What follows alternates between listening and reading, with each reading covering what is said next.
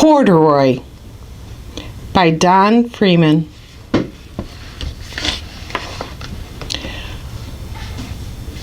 Corduroy is a bear who once lived in a toy department of a big store.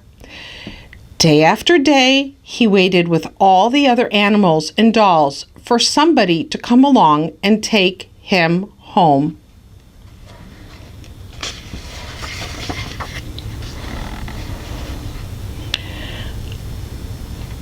The store was always filled with shoppers buying all sorts of things.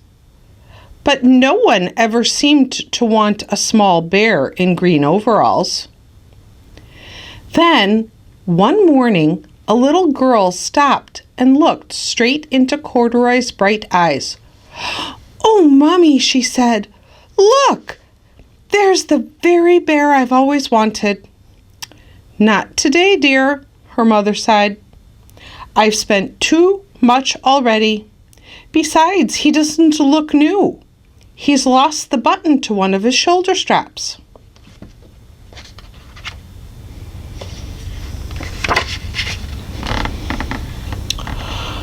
Corduroy watched them sadly as they walked away. "I didn't know I'd lost a button," he said to himself. "Tonight, I'll go and see if I can find it."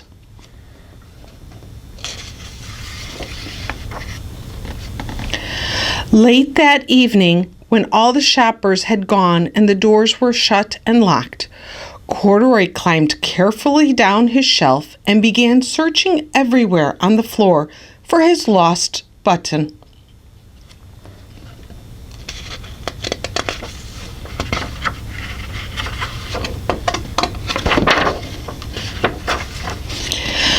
Suddenly, he felt the floor moving under him.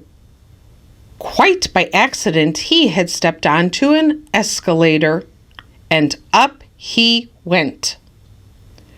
Could this be a mountain? He wondered.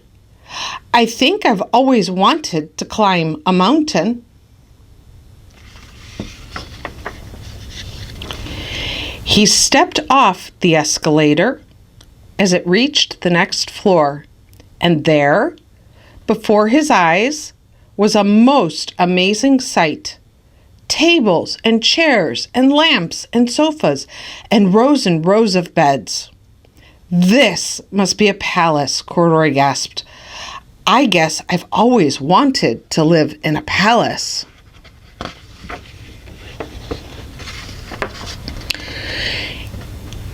He wandered around admiring the furniture. "This must be a bed," he said. "I've always wanted to sleep in a bed." And up he crawled onto a large, thick mattress. All at once he saw something small and round. "Why, here's my button," he cried, and he tried to pick it up, but like all the other buttons on the mattress, it was tied down tight. He yanked and pulled with both paws until pop! Off came the button, and off the mattress Corduroy toppled, bang into a tall floor lamp. Over it fell with a crash.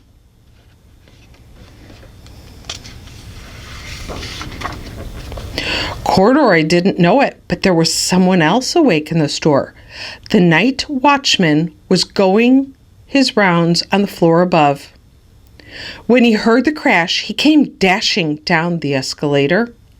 "Now, who in the world did that?" he exclaimed. "Somebody must be hiding around here." He flashed his light under the sofas and beds until he came to the biggest bed of all, and there he saw two fuzzy brown hairs sticking up from under the cover. "Hello," he said. "How did you get upstairs?"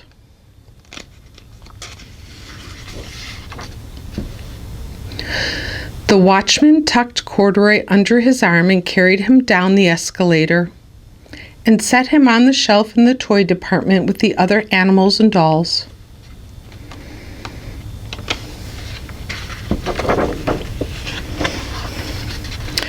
Corduroy was just waking up when the first customers came into the store in the morning, and there, looking at him with a wide, warm smile, was the same little girl he'd seen only the day before.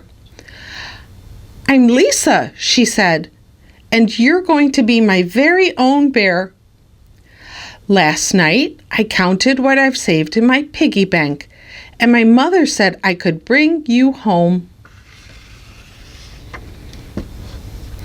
"Shall I put him in a box for you?" the saleslady asked. "Oh, no, thank you," Lisa answered, and she carried Corduroy home in her arms. She ran all the way up 4 flights of stairs into her family's apartment and straight to her own room. Corduroy blinked. There was a chair and a chest of drawers, and alongside a girl-sized bed stood a little bed, just the right size for him. The room was small, nothing like the enormous palace in the department store. "This must be home," he said. "I know I've always wanted a home." Lisa sat down with Corduroy on her lap and began to sew a button on his overalls. "I like you the way you are," she said, "but you'll be more comfortable with your shoulder strap fastened."